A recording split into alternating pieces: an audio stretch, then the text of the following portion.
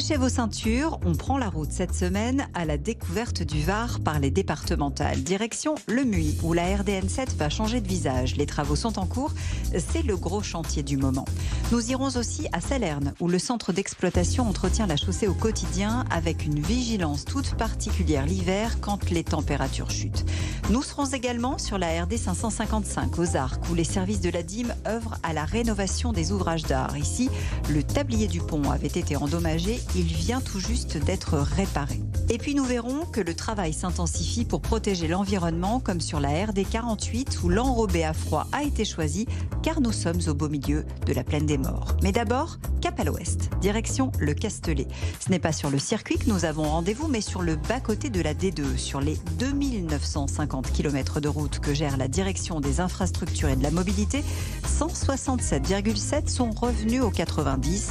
Un choix qui va se poursuivre, explique le président du département. La loi nous permet de revoir la disposition universelle appliquée en 2018. On est revenu en 2023 sur 10 tronçons. Évidemment, on a fait un travail de préparation, on a examiné l'accidentologie sur ces axes, on est passé en commission départementale de sécurité en juillet. On a eu un avis favorable sur les 10 propositions que nous avons faites.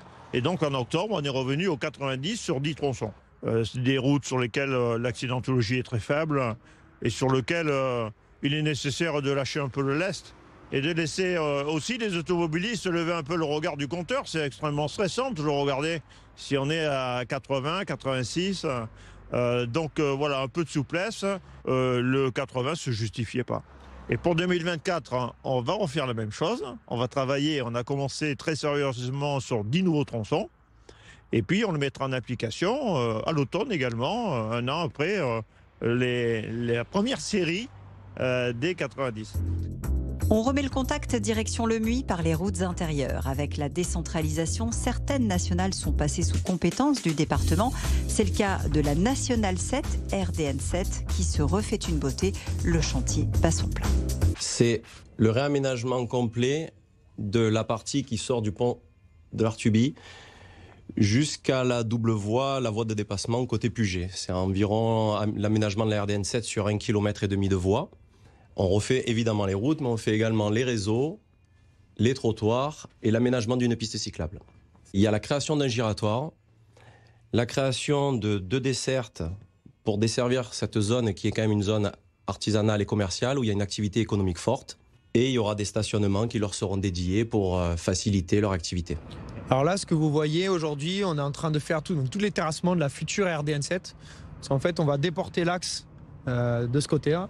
C'est-à-dire que les voitures qui roulent pour l'instant ici, elles rouleront dans le futur, elles vont rouler ici.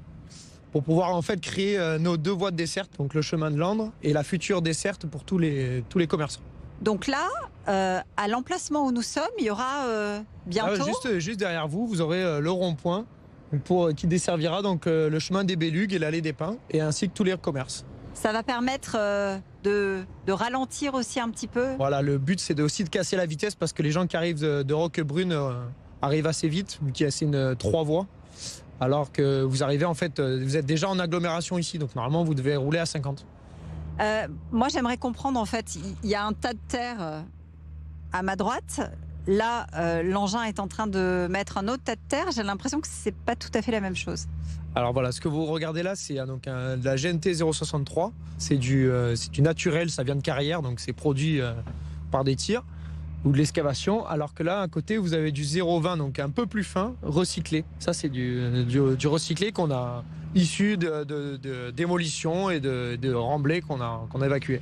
Aujourd'hui, on recycle ces matériaux-là qui sont sous le bitume, mais on recycle aussi le bitume. Alors, on évacue, on terrasse tout ce qu'on doit terrasser. On évacue une partie qui est impropre, trop terreuse, en centre de décharge. Et après, tout ce qui est les matériaux assez nobles, on arrive à les revaloriser, les concasser et les réemployer dans d'autres matériaux en les remélangeant. Offrir une nouvelle vie aux matériaux, c'est le défi relevé par le département qui œuvre pour des routes plus vertueuses et plus vertes aussi, avec des clauses dans ses marchés publics, mais aussi des techniques moins gourmandes en énergie et plus respectueuses de l'environnement, comme ici à Vidauban, où le choix d'un matériau bitumineux coulé à froid a été fait.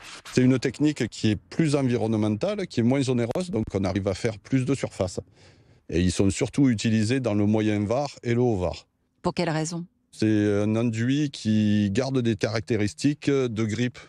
C'est-à-dire que les usagers vont avoir une route qui, même par temps froid, va accrocher. Comme ici, où l'hiver, on est dans ce qu'on appelle des zones froides. Sur un 0, -1, on n'est pas obligé de sortir et de venir saler la route. Et étant donné qu'on est dans le parc des morts, au moins on rejette de produits en dehors de la chaussée, au mieux c'est pour l'environnement. Moderniser le réseau, l'entretenir, c'est la mission la plus visible. Mais la DIM en a d'autres, comme la conservation du patrimoine routier. 1606 ponts, des murs, 20 tunnels. Ces ouvrages d'art sont aussi de son ressort. Il y en a plus de 4300 à gérer dans le Var. On gère un patrimoine d'ouvrages existants, donc des ouvrages de différentes constitutions, de différentes époques, donc des ouvrages en maçonnerie, des ouvrages en béton, tout type de structures qui sont plus ou moins anciens, avec une durabilité des matériaux. Donc on fait des inspections, c'est comme le carnet de santé, un bilan de santé de l'ouvrage, en relevant tous les désordres, en faisant des reportages photos. On utilise du drone, des interventions acrobatiques, pour tout ça, pour vérifier donc l'état de l'ouvrage et pour programmer donc des travaux d'entretien, de réparation, de confortement. Par exemple, sur un ouvrage en bateau armé, on va voir s'il n'y a pas de fissuration, s'il n'y a pas de gros désordres. Et c'est une visite très régulière. On fait aussi des analyses de laboratoire pour la résistance, sa durabilité dans le temps, l'état de corrosion, par exemple, du métal, si c'est un ouvrage métallique, pour savoir s'il satisfait toujours donc, aux besoins de l'usager. Cet ouvrage a été à plusieurs reprises heurté par des véhicules hors gabarit. En 2021, il a subi un choc beaucoup plus important, un accident par un transport d'engins de terrassement. Et là, la première poutre a eu des aciers déformés, arrachés. Donc ça a nécessité des études en reprenant les calculs de conception d'ouvrage, vérification de la portance, savoir si on peut continuer à maintenir sous circulation le pont. Et puis après, une étude de renforcement, c'est-à-dire qu'on va venir remplacer les armatures déformées par de nouvelles armatures. Tout ça, c'est assez complexe parce qu'on doit le faire en maintenant la circulation le plus possible. Les travaux, ils ont duré combien de temps ici ? Ça a été une opération coup de poing, on va dire, pour des travaux qui ont été réalisés de nuit, en moins d'une semaine, donc 5 nuits consécutives. Sécuriser les ouvrages requiert une surveillance permanente. Cette vigilance de chaque instant, c'est aussi ce qui est demandé aux équipes des centres d'exploitation, comme à Salerne, où les camions sont prêts à saler les routes.